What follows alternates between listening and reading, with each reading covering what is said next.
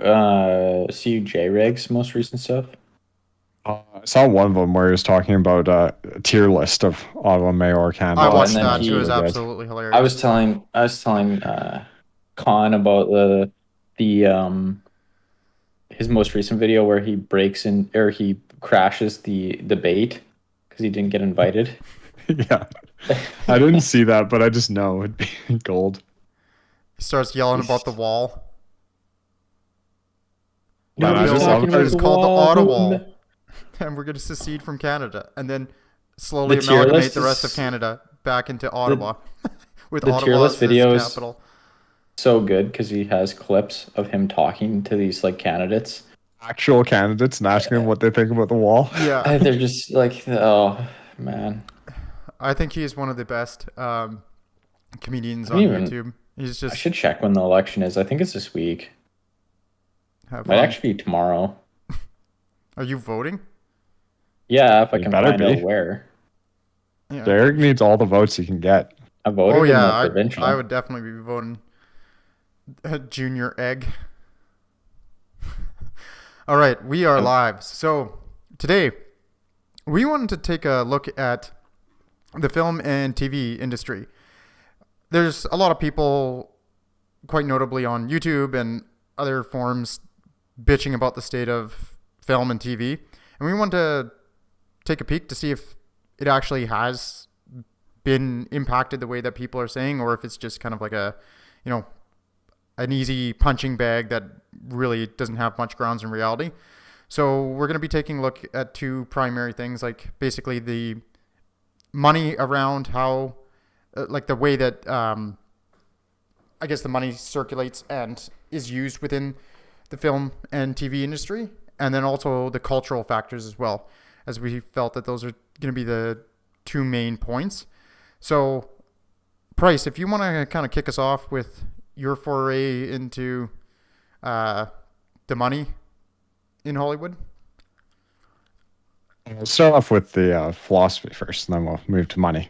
Because I've got a basic groundwork here of the Okay, sure. philosophy that underpins the the Marxist perspective on film, which they actually have a really deeply developed film theory in Marxism because they got really into it in the 20s and just basically laid a bunch of fundamental groundwork for all of future film theory. But I'm going to break it down into a fairly simple construct that's absolutely valid and not just simply based on a couple of YouTube videos. So we'll start with the blue-pilled Marxists, like the still believes in good in the world, and that was Walter Benjamin. And he was very excited about the prospect of films. He believed it was a tool that would allow a sort of an implementation of politics into art that would grow the class consciousness of the proletariat. So that when you'd go and you'd watch a movie with a bunch of other people and you'd see somebody on the screen, or ideally you'd see a group of people on the screen because you don't want to fetishize a single individual. And then you'd see them overcoming the challenges in their daily lives, and it could give you this real sense of real purpose and kind of take you out of your daily grind and into like what actually mattered. That was the ideal. Like you'd show them the politics through the film, inject real life into the film because they weren't living the real life. They were living in their coddled proletariat subdivision, and they didn't realize that they were just in this small world, and there's a big world out there that could be shown through film. Then you get the red pill, and those were his buddies Adorno and Horkheimer, who were his contemporaries in Germany. And unfortunately, Benjamin, I believe, killed himself to avoid Nazi death camps, and where Adorno and Horkheimer actually made it to America. And I'd imagine they had some mixed feelings about media as opposed to being totally on board with it. But when they got to America, they saw, yeah, this is completely captured by capitalism. And what they referred to as pop culture, I'm not sure whether they invented it or it was already in common use, was culture that's created by the culture industry and a top-down effort that influences the masses. And that's juxtaposed with folk culture, which is the masses making culture for themselves. So this pop culture industry in America was capitalist, and therefore all that it cared about was creating a product to be consumed to make money.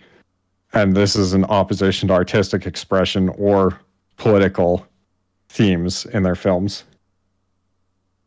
So they saw this and basically figured that the movie industry, and Hollywood especially, was a net negative for the working class. Like, it provided a form of escapism, and it just helped them live in that isolated bubble of unreality and didn't broaden their horizons to see some big picture that they couldn't see before.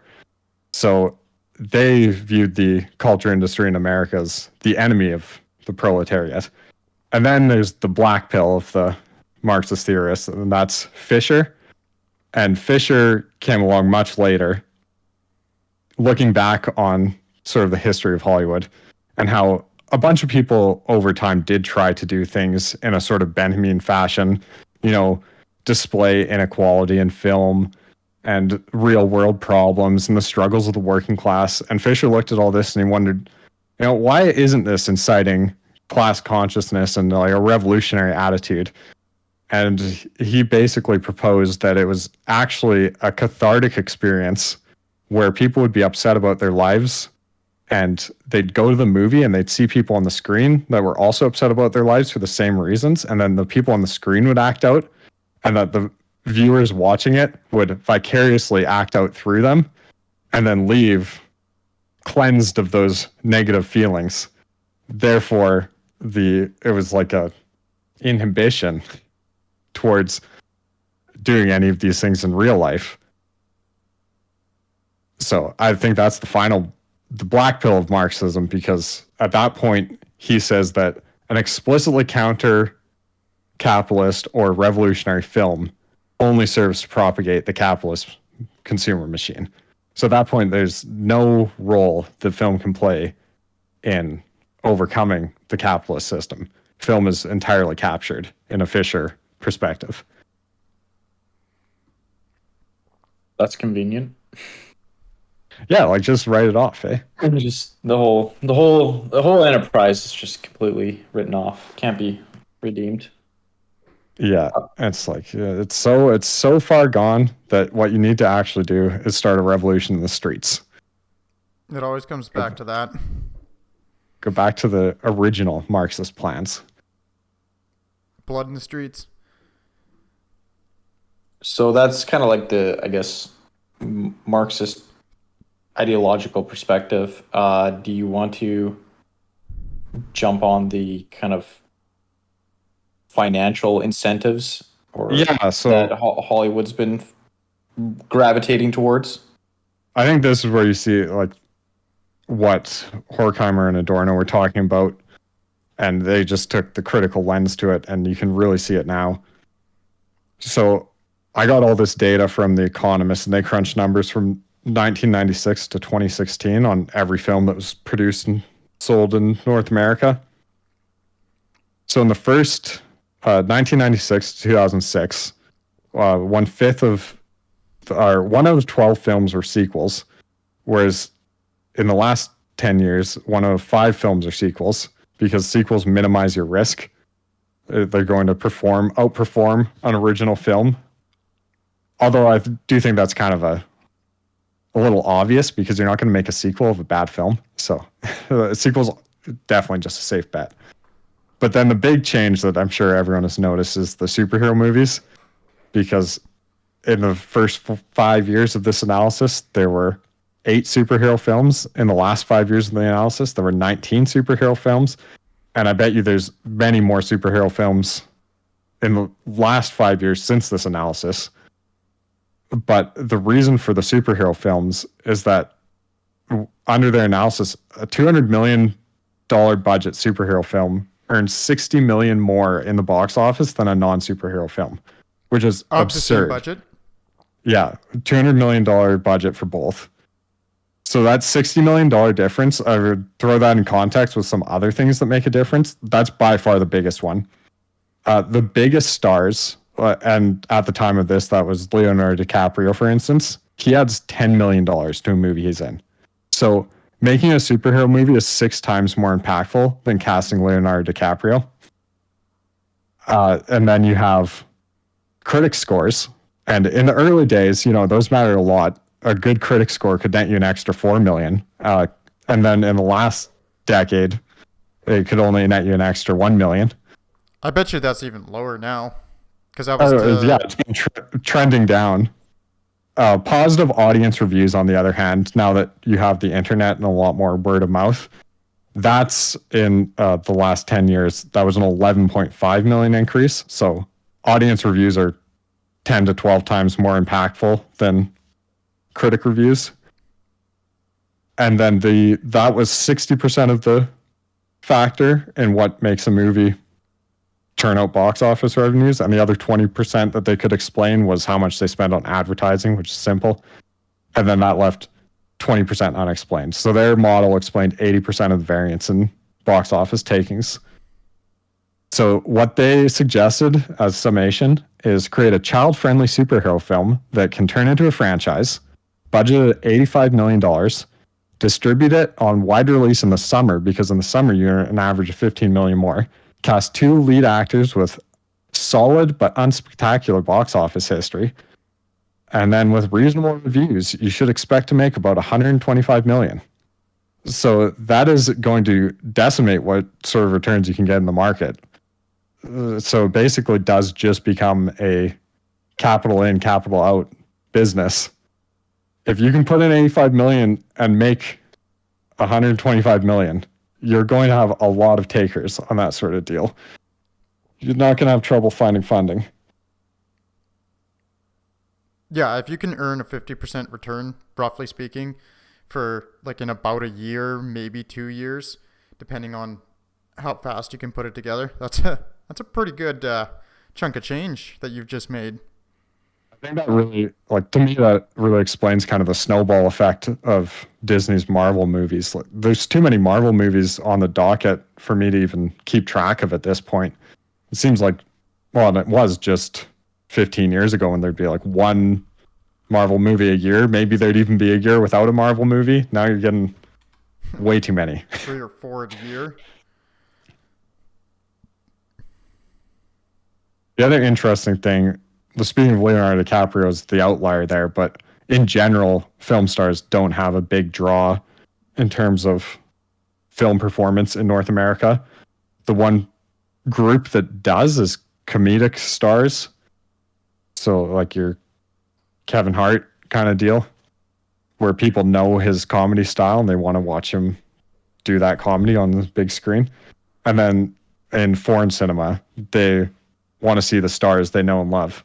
That's the big draw to the films still in foreign movies. Yeah, just to go back, 2023, there's 3 Marvel films slated for release, and we're getting another before year's end. There's going to be another one, and we just had Thor: Love and Thunder that came out in the summer, and so within within a year, you're going to have 3 to 4 movies of just Marvel. And probably 2 or 3 television series, knowing Marvel. They're pumping out some awful television series, though. It's hard to know how good those would have made any sort of money. Yeah, most of them have been poorly received lately. Well, I think that's a good transition point to, because describing that playbook that does match the Marvel playbook to a T, in the lead up to their, I don't even know what they call it, the Endgame trilogy, or not trilogy, extravaganza. I don't know, phase. I don't know what fucking word they use for it, but that was their basic plan, right? Is you had a bunch of different superheroes with their standalone movies, plus this core Avengers combo pack thing, and that was when you were describing the strategy to make the most amount of money on a movie, that was the Marvel playbook for the and I mean, with the superhero movies coming out in the next few years, it doesn't seem like that's slowing down that much. Well, and just Uh, to again, yeah, there was in 2022 for TV shows, Marvel TV shows, there's going to be 6. There's 2 more slated for, or 1 just released, and then 1 still coming up. So that's Crazy. yeah, and the same that they're keeping the same schedule into 2025 basically. Like all the way to 2025 seems to be that same velocity for both movies and television. And Star Wars is the same. They're pumping out probably 3 to 4 a year.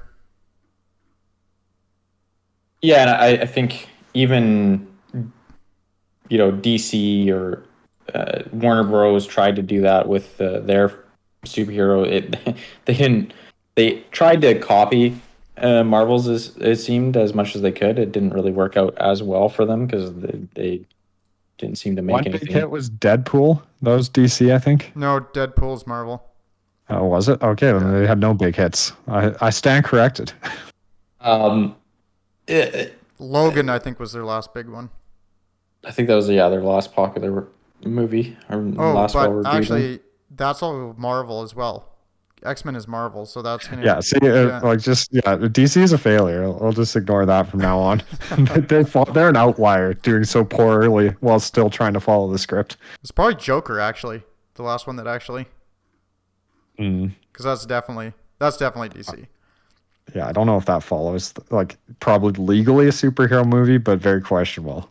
Yeah, Like, but was that's like definitely which is bringing in funny. an audience for other reasons. Yeah, Uh, Again, like I think the question to be asked is like, is that going to be the winning formula going forward? And I think the issue that when we were looking into this that came up with even Marvel, I guess, stumbling is like politics being brought into a lot of these shows and movies, going on like the Marxist ideology theme. There seems to be a lot of just explicit, I guess, political messaging and injected into a lot of the movies, and especially since maybe 2016, 2017, it's ramped up a lot, and you also see coinciding with that a decline in the success of the Marvel franchises. And I guess you could make the argument that it's not related. You could say that the Marvel franchise has kind of been milked dry a little bit and people are a little bit fatigued with it. And so maybe that's why. But I guess we took a little bit of a closer look at how it's playing out in terms of impacting the financials. And I don't know if you guys want to share what you found or if I should go ahead with it. I think you like if you wanna, because you got some good stuff there, and then I can follow up. Yeah, well, I guess just in general for Marvel, like 2022, they released, I guess at the very end of 2021, they released Spider-Man No Way Home, and that was a very successful movie. And then they followed it up with Doctor Strange and Thor, and those definitely have underperformed. That's the movies I think are less interesting than the TV series. For a couple, like I think the movies tend to be much more generic and they have less political messaging in them, and they just seem to be a lot more like safe and kind of formulaic. And the TV shows is where you really get I'd say the most risks taken and like the most heavy messaging. That's a good. My guess would just be that they don't want to kill the cash cow or take any risks with the cash cow of movies, but TV shows are a lot more risky and they're willing to give a lot less experienced people the reins. And I think a lot of those less experienced people are very much in like the Walter Benjamin standpoint of they want to inject their politics that they believe in into the work they're making. I have a little point there.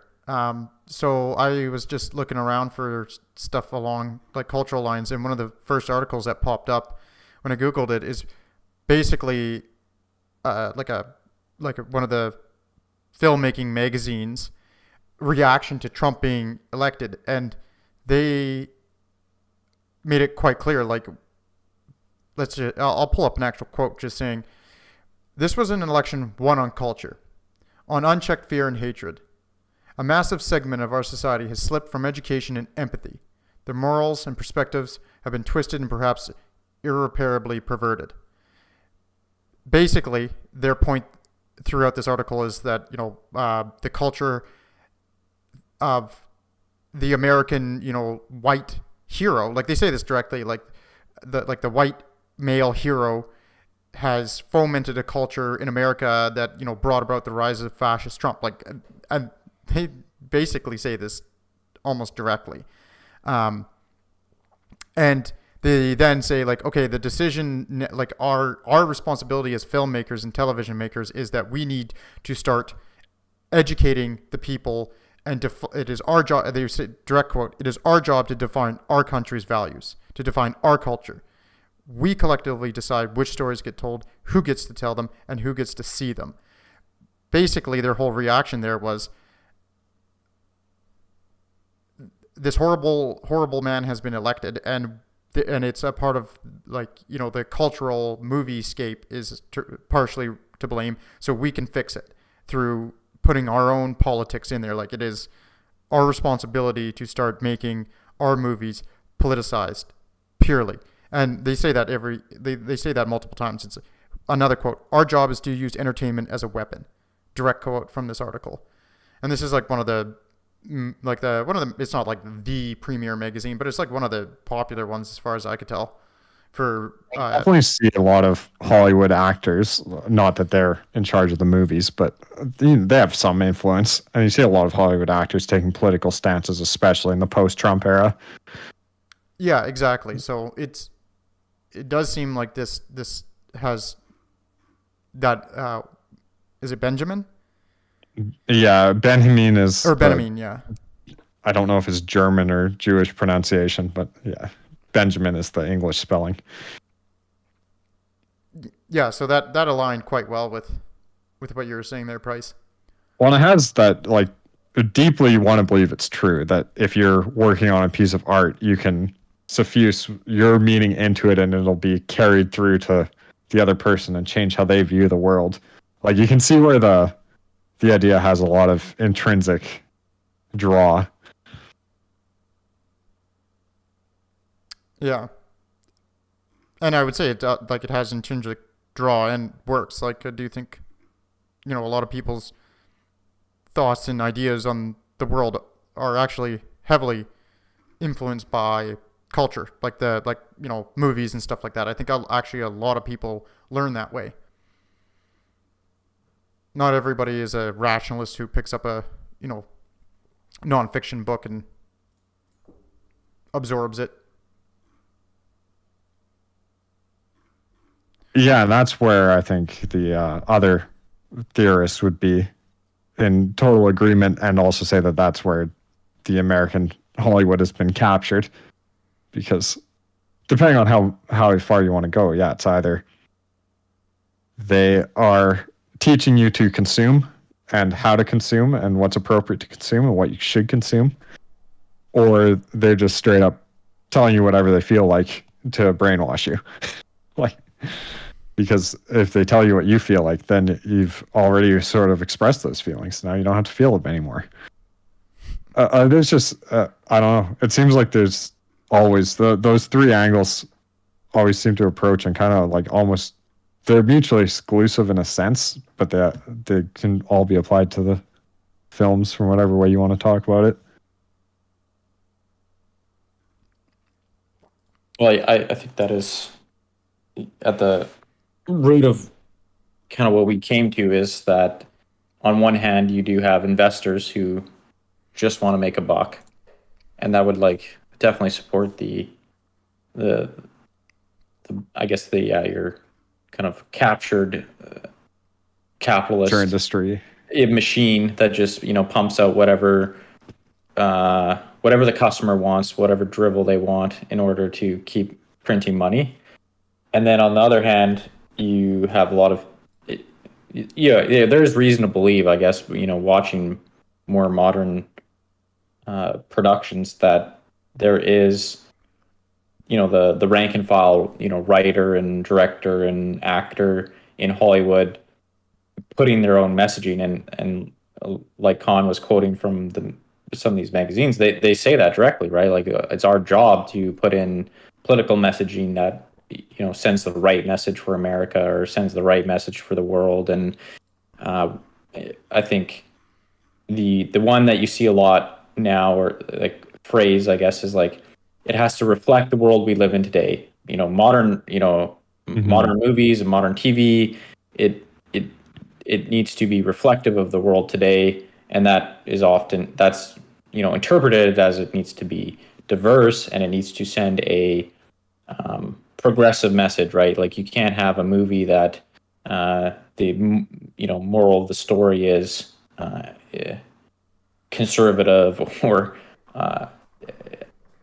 it promotes a conservative message. It has to promote a progressive message, right? A proper message that will move the country forward away from Donald Trump politics, because that's the job of Hollywood, is leading the charge culturally against these quote unquote bad people. And I think the interesting thing is, like, there is some conflict between those two objectives, right? Like, there is the possibility that we entertain the possibility that putting your political messaging into your movies and TV shows may impact how much people want to watch it, and that might impact the financial bottom line. And that that's going to be reflected in the financial performance, which is going to eventually come to a head, right? Like, I think that it's important to point out that both can be true at the same time, right? You can have the film backers, the investors, and the executives at these companies who are more or less only interested in making a buck. And then you can have the employees and the rank and file that kind of actually do the work in the industry, that do have a distinctly political message that they want to bring onto the screen. So both those things can be true, because it's different people with different objectives, and it's just interesting to see how that will, like, those. I think when we were looking into this topic, those two different objectives have already come into conflict, and there's been tough decisions made to rectify that conflict, I guess, or settle that conflict. I don't know if we want to go into that now, or if we still have more on the lead up. No, I think that's a good place to start that part of the conversation. So what did you find on that? I guess, like, it's I think where we can go from there is the especially with COVID, streaming became like the huge part of the industry, right? And that, I think that's that has really been a rapid shift, and surprisingly like rapid, in terms of like how fast streaming has. Well, for instance, Disney Plus hit their 5-year goal for subscribers in their first year. So then they reevaluated all their goals. But they wanted 90 million subscribers in 2024, and they got 90 million in their first year. Yeah, and exactly. So I don't, if you said 90 million. Yeah. Yeah, and if you do the math, even if it's whatever, rounded off to a nice even 10, that's $900 million, right? Price hiking really hard in the near future in order to actually try and not lose too much money. Because right now, they're making a ton of money, but they're spending about $2 billion, but they're planning to ramp that up to $9 billion a year on streaming spending. Yeah. So, and with streaming, like you have a very, I think, opaque performance metrics in terms of how your shows are doing or how your movies are doing if it's being primarily streamed, because it's a one, as far as I know, like almost all of the streaming services offer just a, a monthly price, and it's unlimited content. um so how much revenue can be attributed to any given show or any given movie, we were looking into it, and I don't think the companies themselves really have a great answer. They have their pretty much proprietary algorithms that they use to estimate what show is causing what amount of subscriptions. But again, those are just going to be relatively rough estimates that they can, yeah, they can do their best to uh, predict how the show did and what a sequel or another season is going to do for them. But it's never going to be one to one like it is with a blockbuster movie where, oh yeah, ticket sales were, XYZ dollars down to the literal last dollar is accounted for, and you can clearly see whether or not your movie made money. And Really interesting aspect of that is that when they're negotiating with stars and even like their leading actors who might not be a star yet, it means that they had to re-evaluate the payment options, because traditional movies almost always involve a substantial portion of the leading actors get payment based on box office takings. So now it's almost on a streaming platform entirely upfront, or their metric that they're getting paid on is based on views that their agent or whatever is then allowed to see. But they can't just do a box office take percentage for, say, Leonardo DiCaprio on a Netflix film. And so that's how you know it's really hard for them to estimate profits, because it's, on a financial level, they're like, that's too hard. We're going to have to figure out a new way to do this. well, Yeah, I have an example for this too. It's like Amazon had some of theirs, like how they actually rate their television shows, and I think it's a good illustrative example. Basically, what they do is they have a metric called cost per first stream. So when somebody signs up to Prime and then streams their first show, they aggregate all of those people who first sign up and who sign up and then stream a particular show. So let's just say it's like the Grand Tour and then Man in the High Castle and Hand of God. So they take everybody who signed up for Prime and first watched The Hand of God. And then they divide all of the costs associated with Hand of God by the number of people that first watched that show after signing up for Prime. And then that's like the cost per first stream. And then so you want a lower number, right? So basically, if you have a ton of people signed up and then watched Grand Tour right away, even if you had a pretty big budget, because you have so many people signing up and watching that show, that's actually a pretty good return, basically, because it's a low cost per first stream.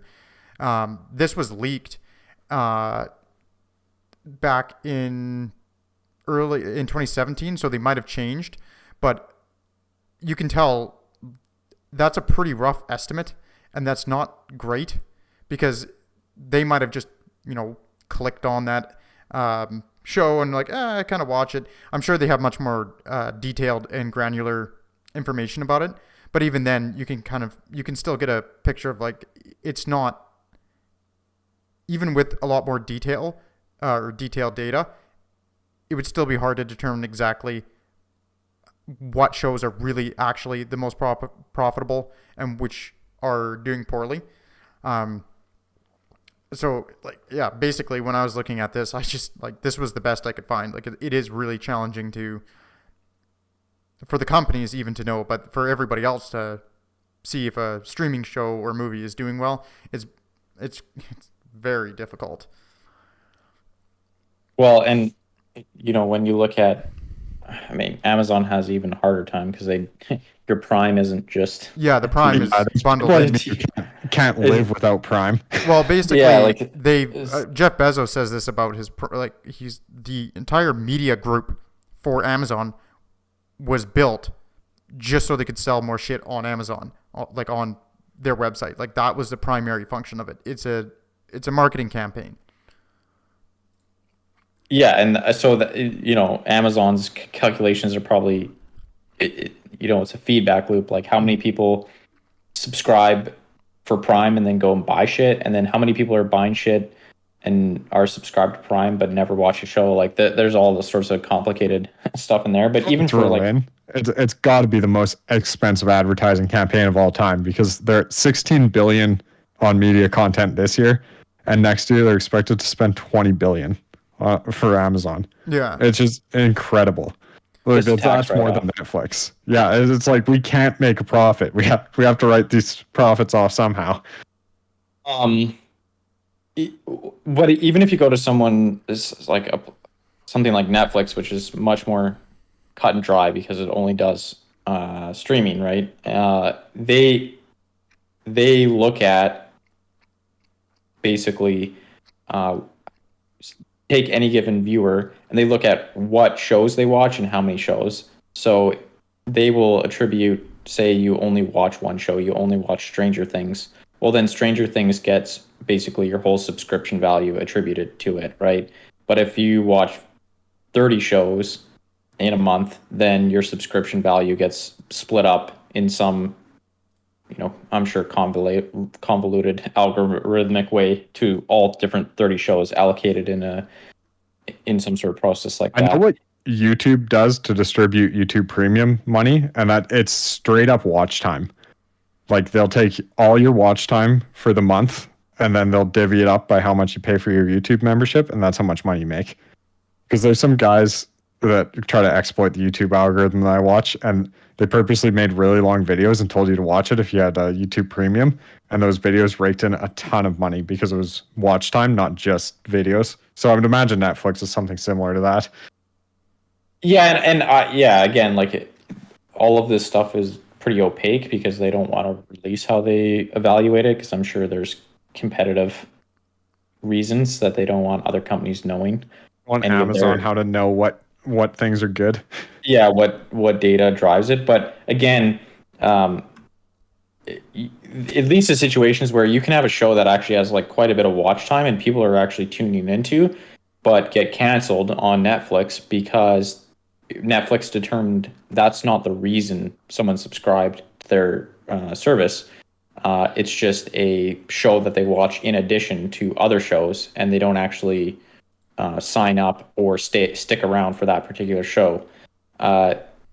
So it becomes really complicated where, yeah, the performance of streaming, like streams shows, is very difficult to assess even for a company. And just because the show is popular and gets watched a lot doesn't actually mean it's actually like financially viable at all. It might just be a complete waste of money because it's not driving subscriptions. It's interesting because that's is like such a runs so counter to the traditional way that a lot of art has worked in, like, say, the last 50 years, where super fans really drive financial success because, say, somebody listens to 200 albums a year, like they're buying all 200 albums for the cost of the album. So like the albums they buy matter.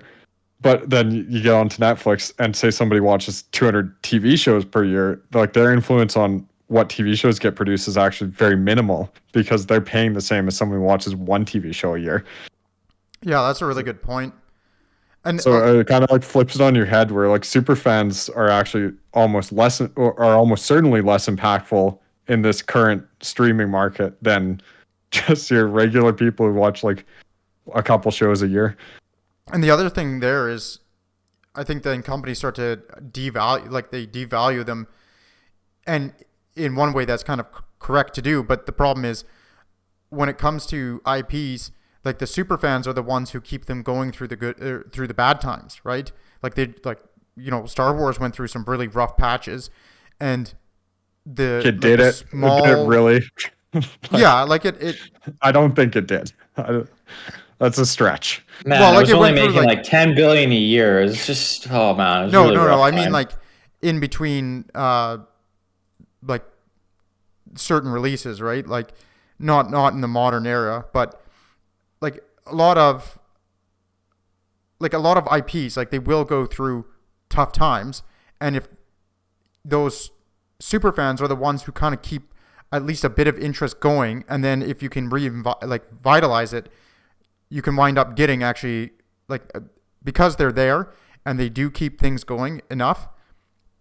I was listening to a guy who ran a comic book shop and is like he's a pretty big cultural commentator, and he was saying like it was like the super fans who kept a lot of the comic book stuff going through like a lot of the rough times, and then once it got breathed new life into it, like then it gets a boost. But it kind of helped the like IPs from just flat out dying, like certain ones, because certain ones would like like it didn't have quite enough, and there wasn't enough super fans, and they just went away. There's no financial, like those people don't have the financial clout in this system to keep these struggling IPs alive. And there's no financial incentive for Netflix to do it, as was explained. Yeah, so I think going back to the main point, I think that there's a reason that there's some shows out there that people, think are popular or are popular, and they out of the blue get canceled. It's because Netflix has their own, internal metrics that the show is not living up to, and that doesn't necessarily translate to popularity. It could be a very popular show and just doesn't do it for Netflix. Yeah, it's like completely counter to what we've come to understand as like markers for what makes a show popular. Because it's like they're not making any more money from that show than they are from any other show on their website, because all they're making money from is subscriptions. It's like, and yeah, so and then re-wrapping it up, back to the real point of what we were talking about before, is all this to say is like in the streaming era, I think financial success has become much harder to measure out. And that's all happened in the last few years, which also coincided with like the rise of with the most extreme injection of like politics and ideology into entertainment, into the entertainment industry. And I think in my mind, like, and what I've come to kind of think about all of this is like, it's the reason that we've had to put up with a lot of shows that have just a purely political message, and the actors and whatever feel completely confident in saying, oh yeah, like we made this because we believe in having it reflect the modern world, blah blah blah, and without any concern to how good the content is at the end of the day, and how enjoyable it is to watch, is because we've been in kind of like a limbo zone where companies are they're just learning how to measure what is actually good and successful for them in the modern era. So they were willing to put up with, I think, a lot of like poorly performing material, because they couldn't, there wasn't a lot of direct feedback. They don't actually know that it's like concretely that it's poorly performing. Yeah, and that I think that's going to take a while for these big companies to really like get the data in, get the kinks worked out, and realize like, oh well, if these metrics show up like this, well, that's just truly a really big piece of dog shit that has no business being renewed for another season because it's not driving subscriptions or whatever. So I think just because the business model changed so rapidly, you're seeing a lot of like shit fly that I think in 2000, when it was just rental DVDs and theater movies, it just wouldn't, because feedback.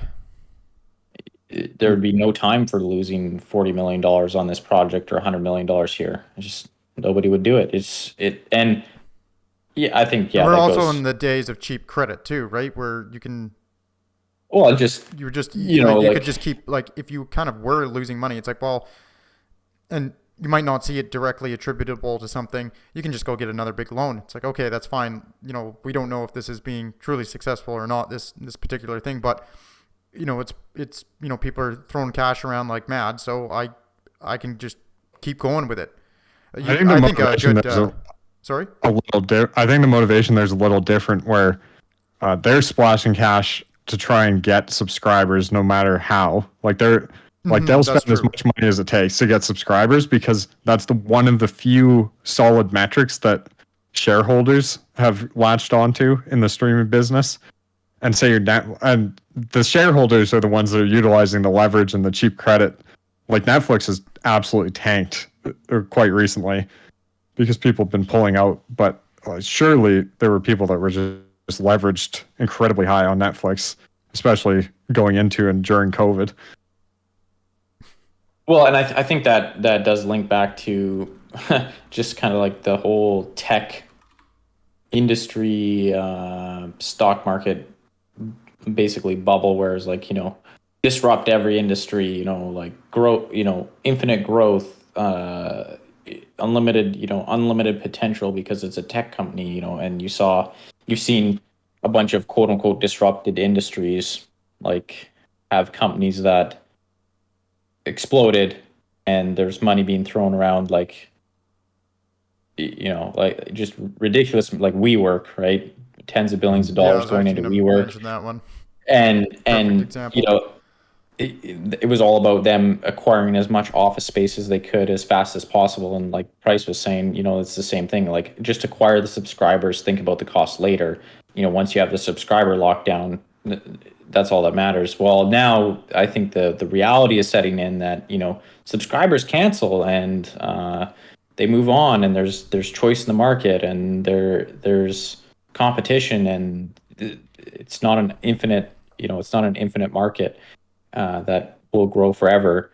And that's, I think, the financial reality is starting to set in for the first time in the last year after the huge kind of pandemic boom, right? Because everyone was stuck at home and there was just like, oh, well, this is it. That was another thing, right? Like the pandemic trapped everyone at home and streaming got streaming was already all the rage in the huge growth industry. And then it got like a kerosene dumped on the fire, right? Like, oh my God, everyone's trapped at home. And this is the quote unquote new normal. Like everyone's going to continue to sit at home and just watch movies for the next decade. Well, the average American household went up to 4 streaming subscriptions in 2020, and they're still at 4 streaming subscriptions.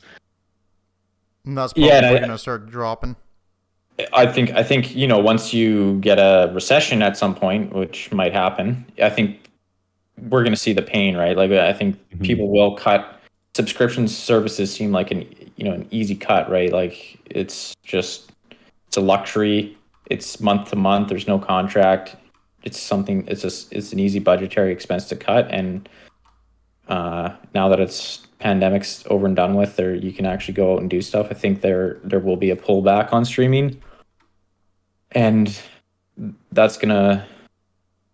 I think companies are going to be a bit more judicious about what content they throw money at in the next couple of years. That's my prediction out of all of this. Is I think we can talk about the Discovery Warner merger, and they have already started axing some of their. They've explicitly said they don't believe in the model of low fee, high subscriber. They're going to charge a high subscription fee no matter how many subscribers they have, and their goal is to make $1 billion in actual profit, not lose money. And well, that's an interesting point, because they're also seeming to be pretty choosy about what they put out into their streaming services. They had Batgirl, spent $90 million on the movie. It was all ready to go. Literally could have been released the next day, and they've decided to shutter the entire thing and not even release it to their streaming service. And there was no firm answers on why they decided to do that. That it was a lot of kind of corporate speak about strategic policy decision to only release films that they strongly believe in or whatever. But I think a lot of the speculation was that the early test views came back extremely negative, and the further speculation was a lot of that negative reaction was too much political messaging and in the film, and rather than risk tarnishing their streaming service by releasing what probably would have been a subpar movie onto it, they just shit canned the whole thing and took $8 to $90 million loss. And to be fair, I don't think it's just political messaging that's gonna get the axe. They also axed a Scooby Doo holiday movie. I'm sure that was full of political messaging. It could have been. You You never never know, know. but You never know. There's it probably was just a political pile of shit. yeah. It's interesting if you think of it in reputation, because then it's like they spent $90 million, but that's a low price to spend compared to tanking your reputation when you're still sort of an up and comer in the cutthroat streaming industry. I remember when Netflix first started making originals, and they had a good reputation for about 2 years. And now you see a Netflix original and you just assume it's dog shit. Like, Yeah, I just avoid them, and it's like, oh, pump out Netflix is so much mostly bad only stuff. these. Yeah. And I guess it's kind of their policy. They just make films all over the world. They have 16 studios or something. And then they see what people watch. And then once people start watching something, they start recommending it more in a sort of feedback loop to try and create hits in that sense. But it means that the Netflix original brand has no merit. Like, there's no sense that this is going to be good because it's made by a Netflix studio. No, I think the exact opposite is like my presumption when I see Netflix originals is like it's probably low quality. And I mean, to be fair, there is good Netflix originals. It's just like I think kind of drowned out by well, the crap.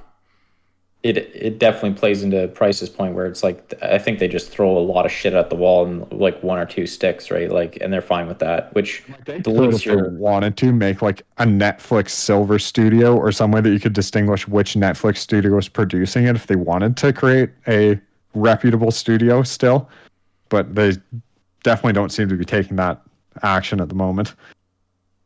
Well, that kind of is a little bit insulting to the rest of your studios. If you're into like the movie biz or whatever, and you see, oh, Netflix Sweden's making a movie, I've liked what they've put out of Sweden in the past, or Netflix Britain. But if you're just a normal Netflix viewer, you have no idea which Netflix studio produced which original, except when they're in different languages, I guess. The stuff that's in German was probably made in Germany. Well, and I think going back to one of the points you made earlier, Price, about I think this is like kind of a new thing that I was thinking about is you were saying that the critic reviews are not really worth a lot in terms of extra box office draw, but whereas user reviews are worth a lot more, right? It is very interesting to observe like the gulf in critic and user reviews that's come about with a lot of like content. And when you look at the performance, it almost always obviously matches the user reviews. Yeah. Like a movie that has great user reviews, it almost certainly means that the movie did well in theaters or it's streaming well, Yeah, right? Like it's almost like those are the paying customers. well, yeah, shocking that people like stuff, they actually watch it and spend money to watch it. And like, you know, I also just think it shows that the critic reviews just don't translate into people giving a shit. Like people know, I think, kind of come to expect that critic reviews are not going to be accurate. They're not going to be representative of whether or not the movie's enjoyable or the TV show is enjoyable. It's going to be a lot of the critic reviews are based around whether or not the messaging, quote unquote, in the movie is acceptable or interesting enough or provocative enough, right? If your messaging is, you know, like if you're towing on the right line, basically. Well, like or check Con, the you boxes. were quoting earlier, like if you're fighting the battle in with your movie, the perceived whatever battle I apparently actually got the word for this. They call it resistance cinema, and they trace the roots back to Jewish film in Nazi Germany or something like that, and how they've been fighting oppression since then, and their long legacy. I'm like, oh man, this is horrible. This is such pretentious crap. So if your film resists, if it's hashtag resistant or whatever, then it's probably going to be reviewed well. Resistant to profits. It doesn't mean it's going to be enjoyable. And that's at the end of the day, what makes you money is people enjoying the movie, and they'll tell their friends and they'll review it well and they'll get people to go out and watch it. And so I just think it is pretty interesting how the internet has allowed like the review experience to be completely different and really put an emphasis on just regular people actually giving their feedback, and that generating further hype and further interest in the film. And I expect it also translates to not just like, going and checking Rotten Tomatoes to see if the audience liked it, but a lot of people also just have this, decided to go with someone they trust on like a YouTube or Yeah, a YouTube. Twitch streamer, or someone that they know shares their taste, and like, oh, that guy went and watched it. I wonder what they thought of it, right? And that they rather rely on that than Ebert.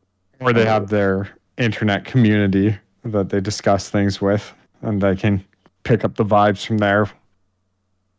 Yeah, like they're on some sort of forum or whatever that tracks superhero movies or Marvel or whatever, and like, oh well, what did you guys think of Marvel, the latest Marvel IP? And it much easier to share your voice and get other regular viewers' voices on entertainment these days. Yeah, I don't know anybody under the age of basically 35 or maybe even 40 that uses like the actual critic reviews on Rotten Tomatoes or anything like that. They just go to a YouTube channel. They just have somebody or a couple of people that they just watch, and that's it. All the old people I know have never used critic reviews, and they just see trailers for movies when they're watching TV, and they're like, "Oh, that looks good." Yeah, and then just go to it. Yeah. Well, the other one that actually I remember, newspaper reviews. Yeah, critic reviews in newspapers used to be a thing that people would talk about. And I'm sure they still exist if you still buy a newspaper. Well, yeah, it's the same critics, right? That make up the critics section of the online reviews. Just like I actually remember old people, and my parents included, like one specific critic. So like you'd know what their taste was because they always wrote the critical review in your newspaper. At least I think that's how it worked. Yeah, I think most of them had like a columnist, right? Like Whereas now it's like, this is what the critics say, and it'd be an amalgamation. So even if you had a critic who was perfectly correlated with audience score, he'd be drowned out by all the idiots.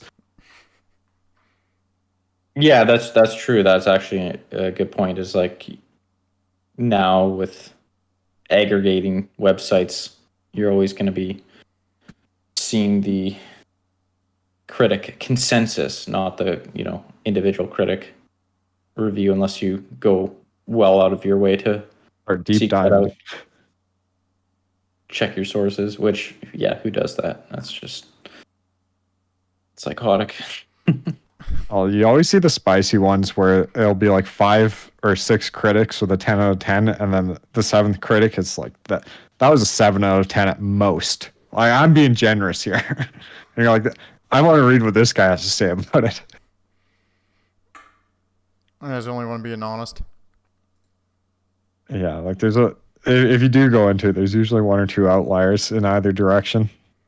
Well, and I think this is just, I'm going to go into like total speculation mode, but I think it's interesting that originally I think a lot of like the studios and Hollywood was trying to like court the critics, and like really get the critics on their side to like rate their movies well, and they still do that, right? But they're obviously not dumb, and I think they noticed that like critic reviews doesn't mean what it used to, and doesn't really translate into anything. And now you see a lot more effort to like take over, like I guess more or less AstroTurf reviews by like using trying bots. control the narrative of the user reviews, right? And I think like the most like stark example that I can think of recently is like the Rings of Power from Amazon. They brought like a bunch of YouTubers and other like kind of community figures in the like the movie and TV industry to their facilities, like did all expense paid for trips to get like early sneak peeks, and they had them sign like contracts and to like not leak anything, but they all had these like all the people that accepted this offer seemed to have like very similar talking points about like what they thought about the sneak peek. They weren't allowed to give like specifics, but they had all these like very And eerily similar takes that were like, oh, like you I can't say exactly what I saw, but you're going to be, pleasantly surprised, and like, little dropping hints about how this is like really living up to Tolkien's legacy, blah blah blah, like all these little like weird overlapping points It's a that bunch of canned responses that they're supposed to Ad-libs. give with little variations in it because the writing team at Rings of Power were too lazy to really create unique points for each of them. so I do think studios have basically caught on to the fact that getting the fans on your side can translate into success. The thing they haven't caught on to is how to get fans on your side. Yeah. Yeah, that they do seems- seem to antagonize them a lot. Although another side of that, like what studios are doing now too, that I imagine happens much earlier in the production process, like when they're looking at buying scripts, is that they have companies exist that specialize in using algorithms to project box office just based on story elements and actors that you suggest. Like, oh, a white male in his 30s who's had a slightly successful previous movie or something. And they're like, oh, well, we'll put in all those variables and this is how much you'd probably get. And so that's another way they've been looking at movie projections.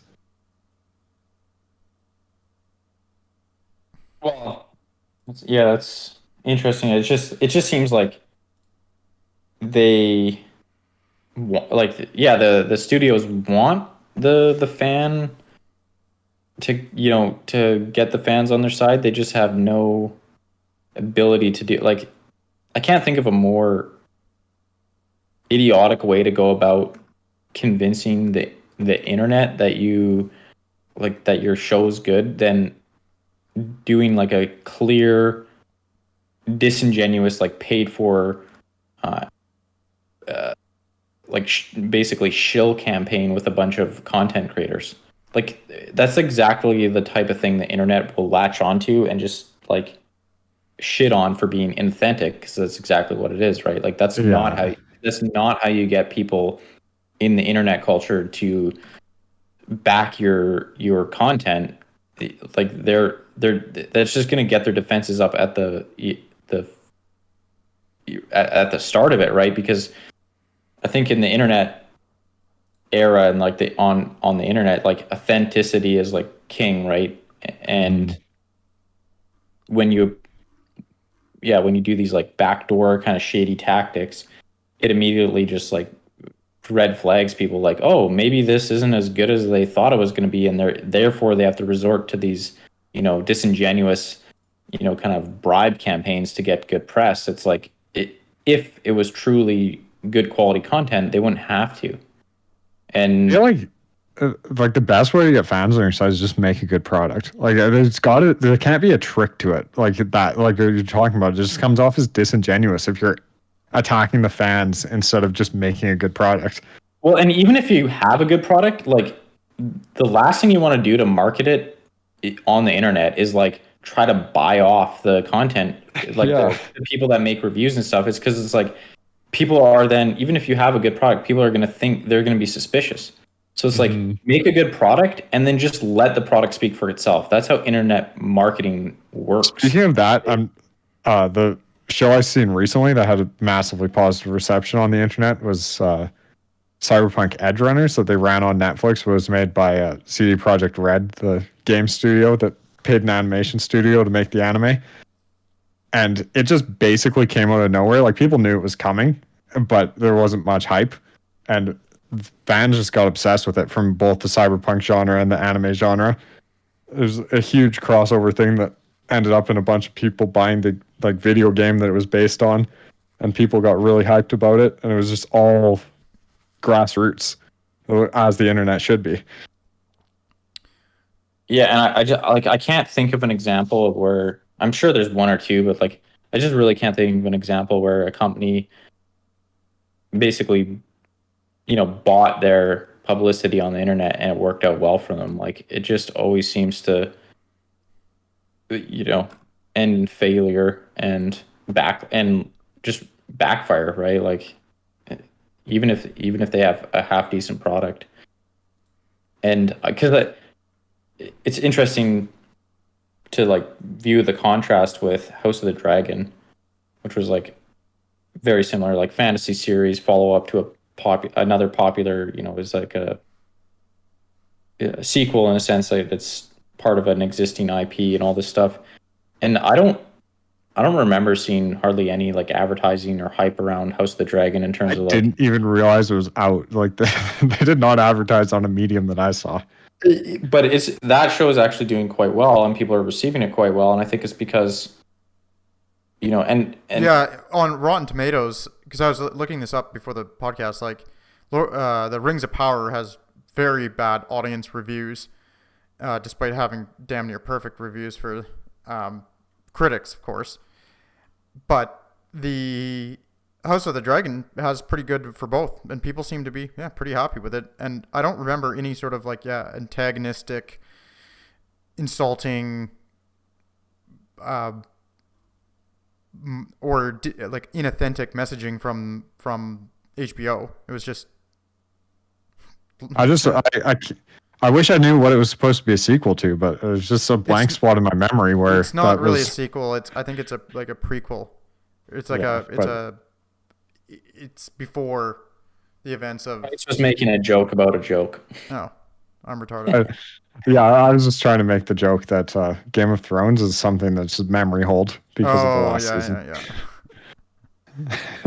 I think that's a actually good point. Is like a lot of people were trying to claim that Rings of Power was being review bombed and blah blah blah because the fans were just unhappy with like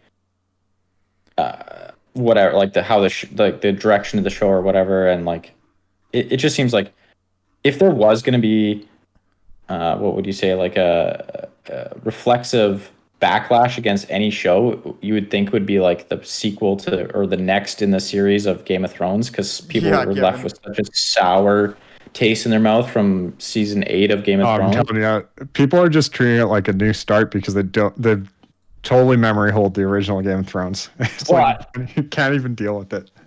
Well, it's just interesting. It's like of any kind of IP, you'd think the one that people would just be ready to review bomb and not even give a proper chance to would be Game of Thrones. And I think it just shows like all you need to do is actually make something half decent, and it will do well in an era where word of mouth and audience reaction is king. Because even though people like, and you saw leading up to the release of House of the Dragon, like people were not very excited, and there was a lot of people like a lot of predicting, like a lot of predicting failure, and like even I think half hoping for failure just because they were so frustrated with how Game of Thrones had gone, season 8 had gone, and yet people gave it a chance. It was good, and it won them. I think it more or less won most people back, and it's like, so I just don't buy into the narrative that. I really don't buy into the narrative that like their fans are so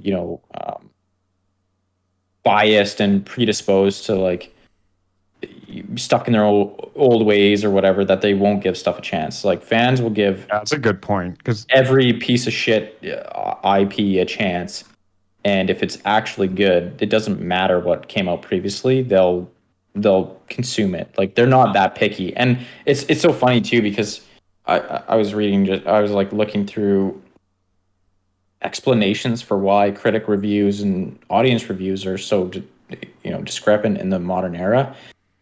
And I came across a critic who was like, "Oh well, audience reviews are just generally like the only reason there's a discrepancy is because the audience is just there for entertainment and therefore gives higher reviews than critics, and critics are actually like concerned about like story elements and blah blah blah. It's like, which I think which is I think somewhat true in the sense like, yeah, the audience only cares about the entertainment value more or less, and therefore if you make something entertaining, they will forgive a lot. Like, Yeah. Yeah, it's like it makes sense when you see an audience review higher than a critic review.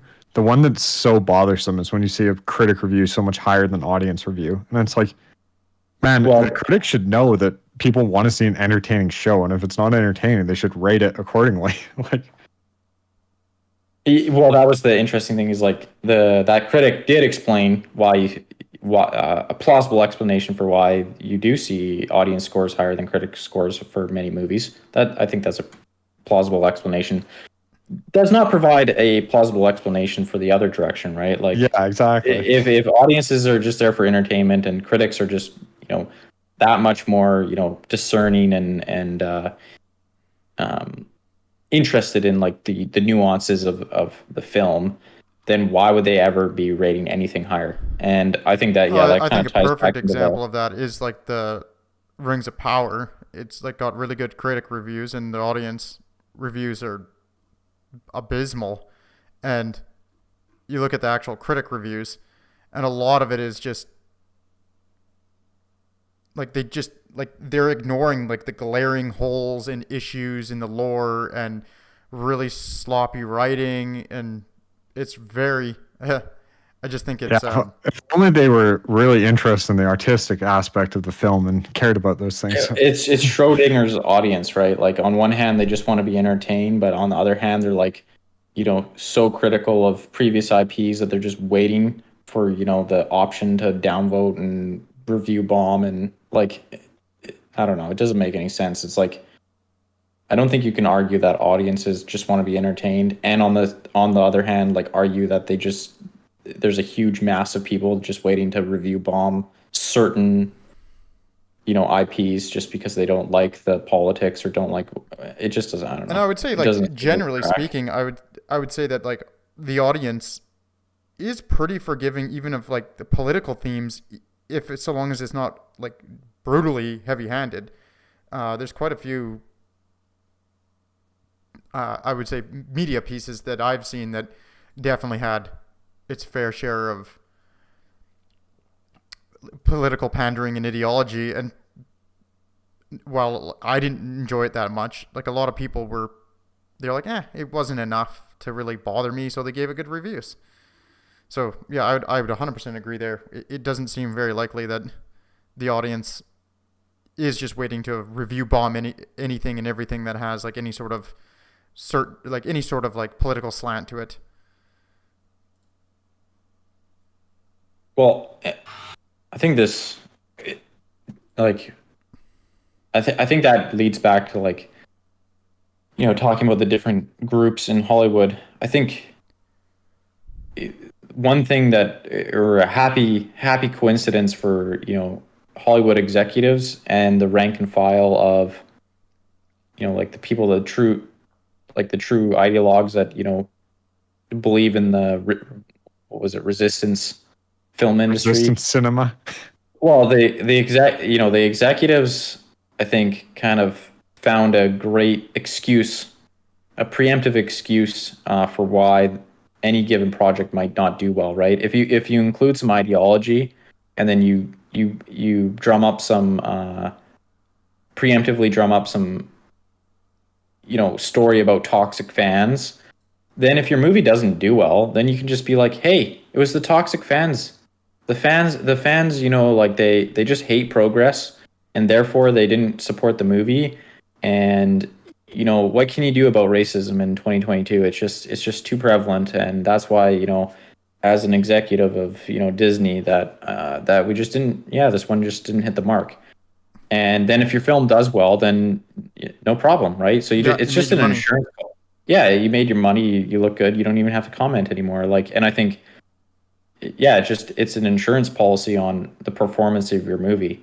And I think that's why you see like it kind of like is almost a self-fulfilling prophecy, because the movies that are most likely to fail are the movies that are like going to get the most preemptive, uh, you know, narrative around, oh, the fans are going to hate this, right? Because the executives know that they need to cover their ass on this one because it's a steaming pile of shit that's coming Because down the the pike, focus right? groups have already told them they hate it. Exactly. Yeah, and that's the thing about like that people forget. Well, I think that I don't see mentioned as much as like these. The studios and the executives know more or less. They have a good idea of how the film's going to be received, or the TV show is going to be received by the general public, and they do all of this to get ahead of the story, right? Like they're not dumb. Like they're going to get ahead, and so I think executives just have been given an easy out by this, situation of fans not liking politics injected and Hollywood, workers wanting to inject politics, and the executives say, "Oh, well, this one's going to be a stinker. Let's blame it on the fans." Wasn't for those meddling fans. Yeah, the paying customers. They should just be grateful we're making them watch or producing any media slop in the first place. Well, I think just like one kind of clean example of this is I don't know if you guys heard about the Bros movie. I've heard It's of like it, but it's like it a was gay, like a gay bromance, wasn't it? yeah, it was a gay Or gay romance romance or something about some it. shit. rom-com, I never watched and it. apparently it did exceedingly terrible. And the who writer guessed? star of the show basically said that the reason it did terrible is because straight people didn't come watch it. It's like, no shit. And Before the film, he had said that straight people couldn't understand a gay rom-com and like a presser. So in other words, he's telling them that if you come to watch this, you won't get it. And then he's complaining that they didn't come to watch it. well, exactly, and it's like, but again, like I think it's just like a clean illustration of like an easy out for the writer star, right? Like, oh, our movie didn't perform well, not because maybe it wasn't that funny or that well done or that appealing.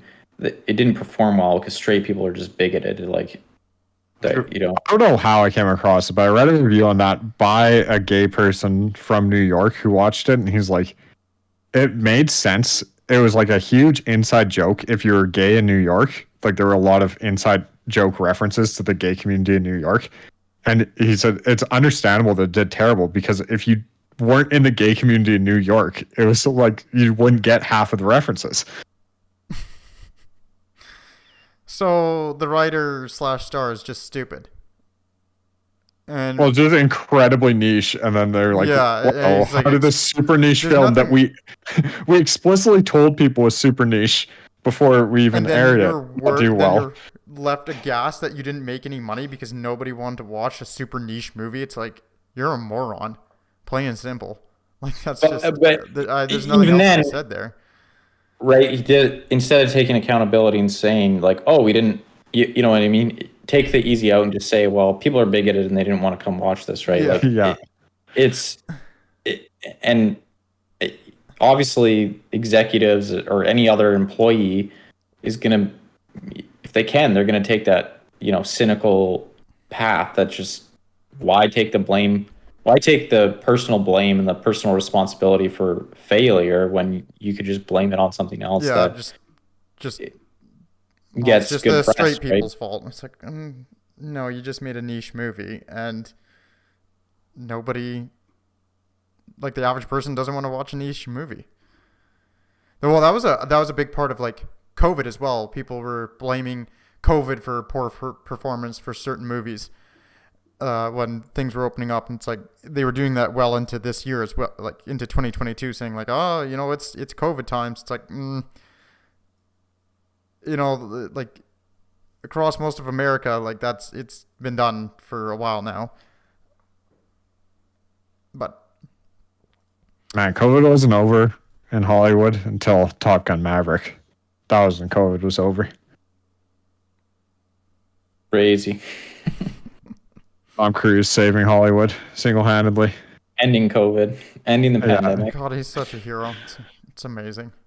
Wow, all the performance metrics went back to normal. It must so weird.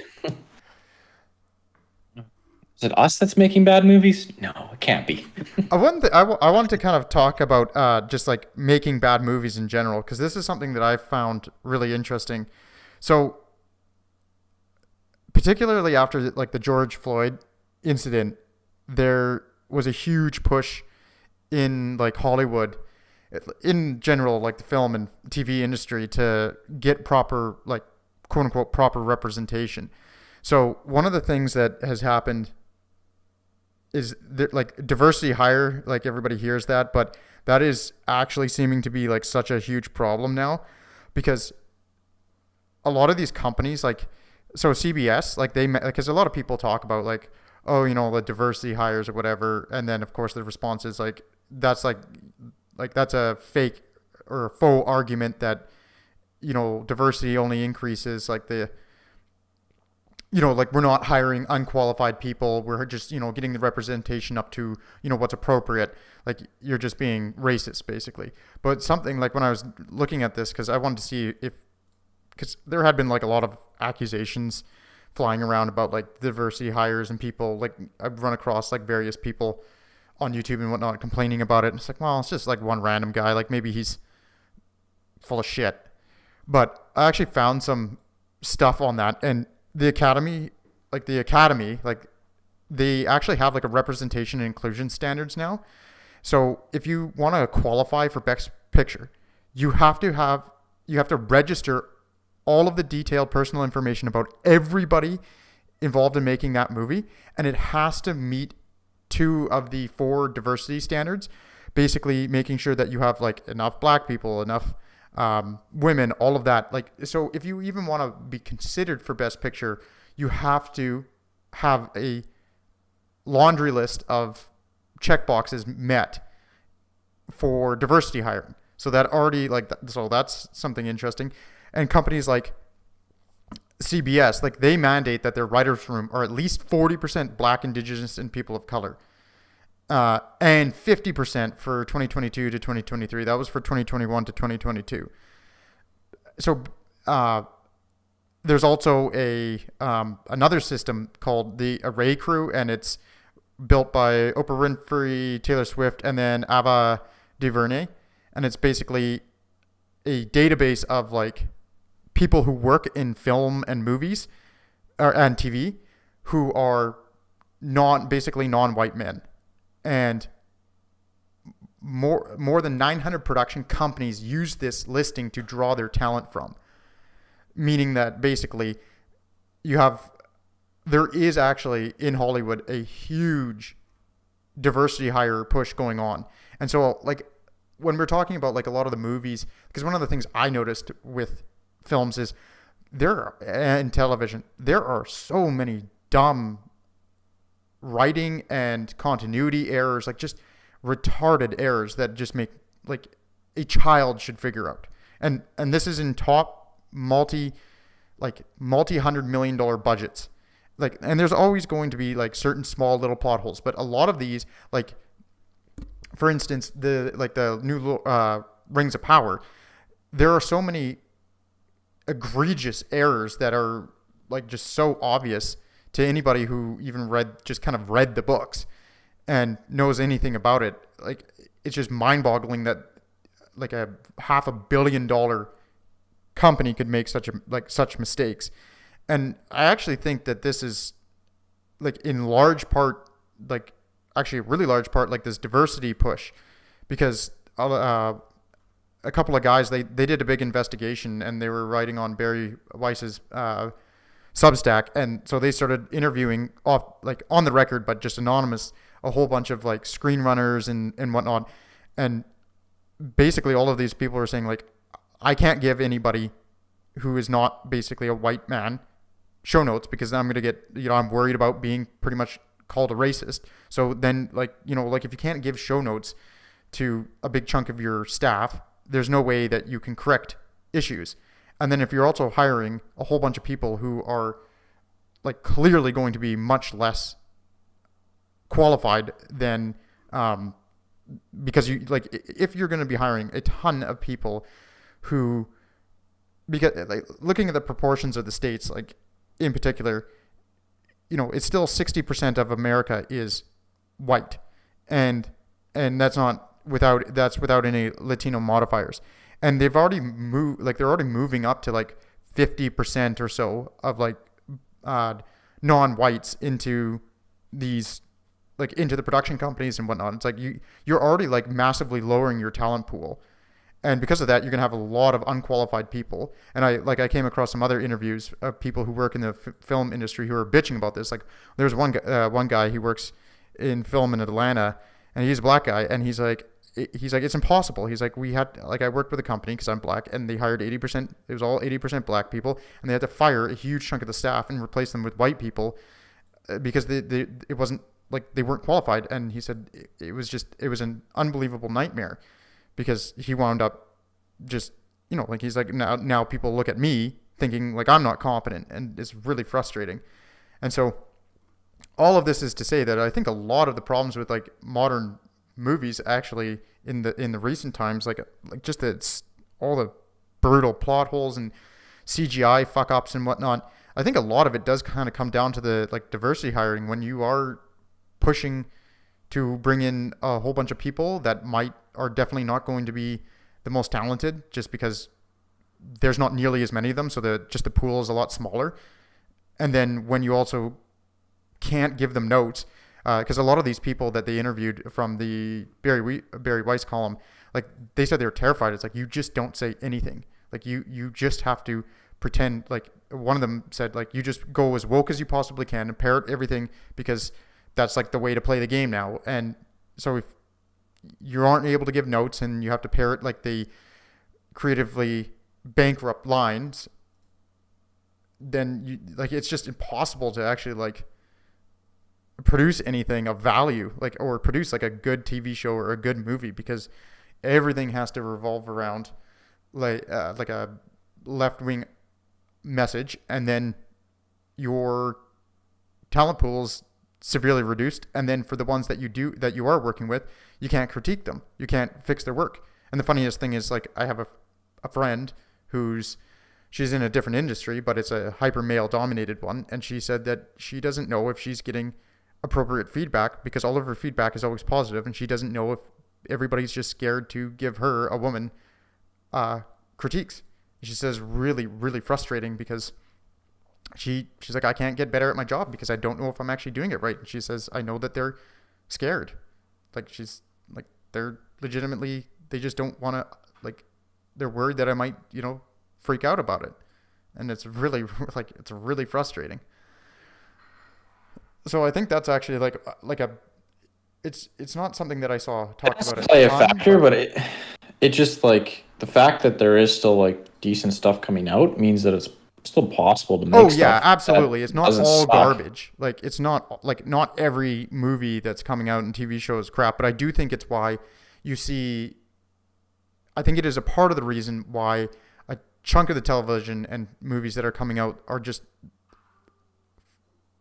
Well, I think it adds friction to the production process, right? Because you have to basically jump through hoops and do performative actions that don't really actually serve a purpose, and then you have basically a bunch of self-imposed rules and restrictions and whatever, quotas or whatever, that just can't help but hamper your ability to just do what you need to do. But at the end of the day, you should still be able to put something out, even if you do handicap yourself like that. Yeah, seems like you still put out perfectly reasonable content, because there's quite a few production companies that presumably do a lot of the same stuff, putting out a decent amount of quality content in the face of all these happenings or new rules and new regulations. So I don't know. I'm not as convinced as you maybe that it's like a definitive factor in the quality of the content.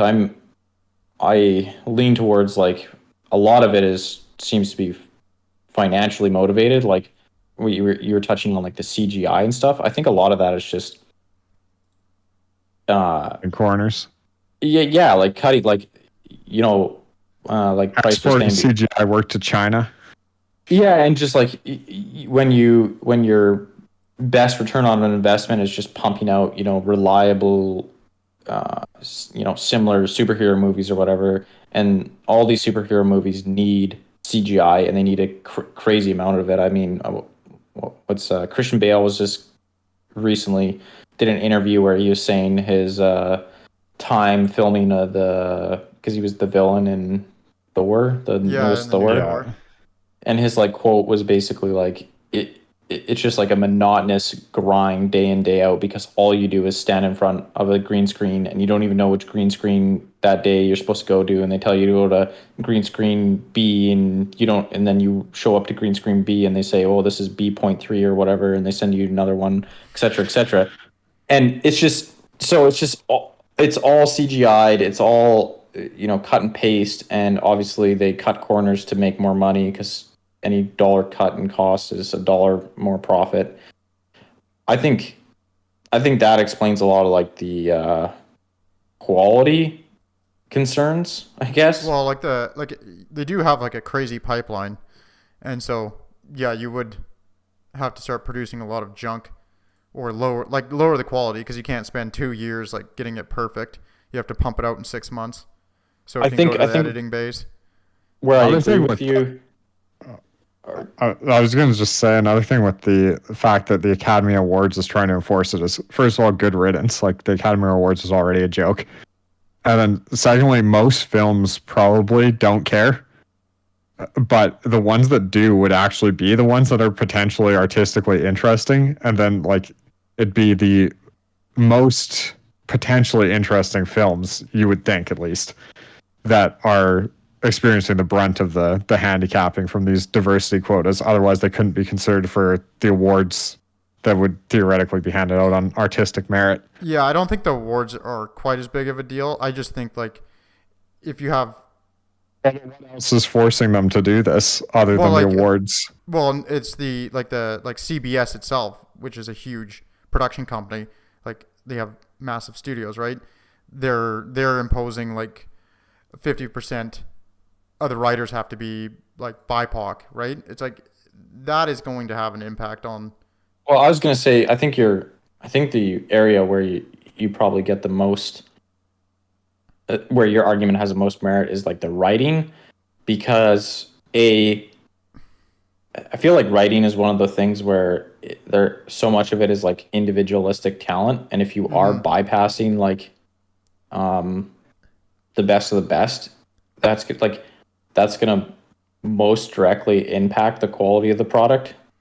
In my opinion, like writing is going to be where you see a lot of it, and the other thing is like writing is also where a lot of like the quote unquote resistance or whatever is Yeah, put in, exactly. right?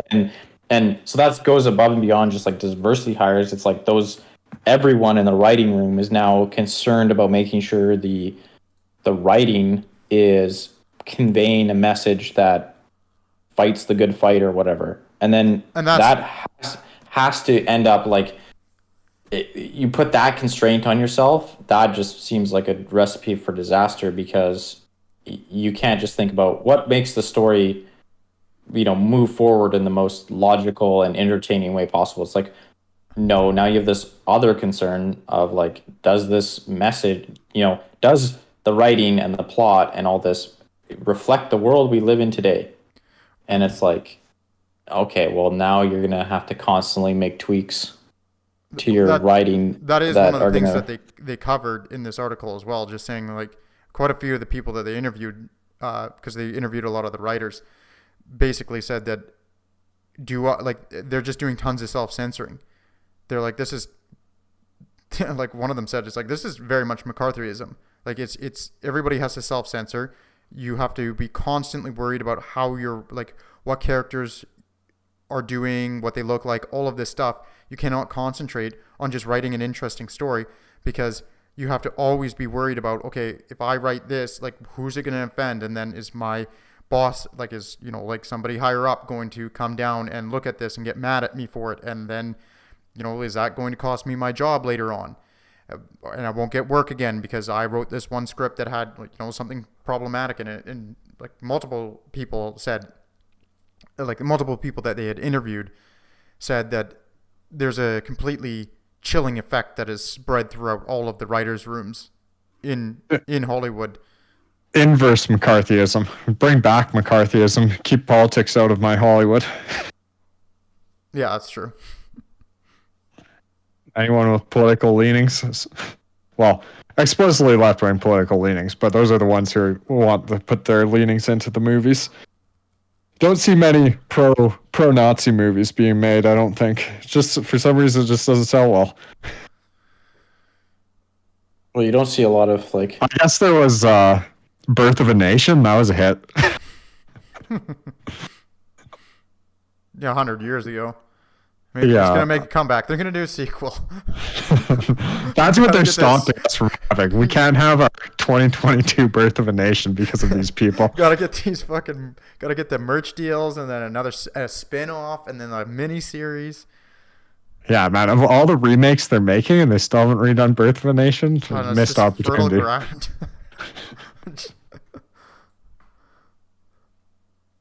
Yeah, that's basically all I had for that. I just thought it was interesting to see quite a few people speaking on that. You guys got any other wrap-up points? Any last minute? No, I think I've said all I need to say. Yeah, I think that's about everything for me as well. So what are your guys' thoughts on just what does it mean generally for your regular person? If there's anything there? Well, I guess it depends on what you mean, but I think I guess for the regular person, as a regular person, I'm optimistic actually about the whole everything going on, in the sense that I think, like I was discussing earlier, a lot of this craziness I think is the technology and the delivery service being in flux. We moved to streaming, which creates a bunch of different problems, and we haven't solved any of those. And I think there was a couple of year period in the lot, which is that we're kind of coming to the end of, where a bunch of different factors combined together to make sure that studios weren't really caring about money or the audience satisfaction as much as they were caring about their politics and their just getting subscribers and their own facade of having an easy out with the blame game. And I think a lot of that's going to turn around as soon as we hit a recession, with interest rates going up, with money on the line, with people figuring out streaming. I think reality is going to reassert itself, and companies are going to be much more inclined to make content that actually jibes well with the customer and the consumer. And so I guess my takeaway is kind of just wait a year, maybe two, and things will be better in my estimation. I'm going to be a little bit less optimistic than you. I think we got a bit longer to go. It depends though. If we do actually have a pretty rough recession, that might actually stabilize and pull things back from the current state pretty well. But if we kind of squeak through with just a little bit of a mini recession, I think there's a good chance it'll be more it'll take many more years, 5 or so, to actually start to really push out a lot of the junk being made. But I do think we kind of, it does seem like there is a bit of a turning point now, just looking at movies like Top Gun and Spider-Man No Way Home, and a couple of these other ones that have just hit it absolutely huge, and they're not really political ideological messes, and they're like in theaters that's they break the conventional mold for where like the new mold of everything's got to be streaming. I can't remember. I think it's like $1.4 billion or something for absolutely ridiculous that Top Gun made. So I think we might actually see a bit of a return to form for good one-off, or maybe not one-off, but like like the bigger blockbuster ones that don't have to have this huge sprawling interconnected landscape of other movies and merch and all of this, where you can just go and enjoy like a nice big viewing experience and not have to worry about any political messaging and the 13 other tie-ins to other things. So I am personally still hopeful, but I really do think like the best way to deal with it is just what I do. It's just vote with my wallet and just don't go see crap that I don't like. And eventually I think that will over time course correct things, but I think it might take a bit longer than a year. I feel like I'm neither optimistic nor pessimistic. Wasn't a huge fan of movies in the 2000s. Still not a huge fan of movies. I don't think it's like, I think it will change. Like, there's overt politicization seems to just be rubbing people the wrong way, and it'll probably decrease in the next decade. But I don't think movies, I don't see movies going more towards artistry than they already have been. It's just always going to remain a small subset of the movie industry that's really focused on sort of artistic or interesting movies, and then most of it's always going to be making money, and most of it will go back to being focused on making money. Although I think it always was, and the streaming has really just screwed up the ability to realize that they fucked up their money-making plans. Yeah, I agree with that. Well, I would agree with Price, but I would also point out that I think companies being focused on making money ends up in better movies, or more entertaining movies at least. What I was going to add to that is companies focused on making money often make movies that I can abide by sitting through. Like, I won't watch them on my own, but I'll go out with a friend or other people and watch them in a casual setting and not be dismayed. So it is a positive. It's just it's not huge on Hollywood. But with your wallet, though, like, I think the only movie I've been to in the last 8 years in theaters was Top Gun Maverick. So, Well, then it must have really earned your attention. it was easily the best movie in the last 4 years, maybe longer. I'd have to double check at that point, though. You remember 4 years? That's actually like incredibly impressive.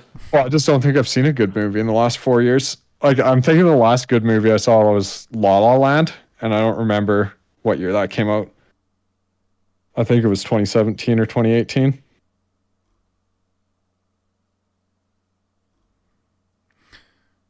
Well, I think that's it for me. You guys got any last That's it for thoughts me. on?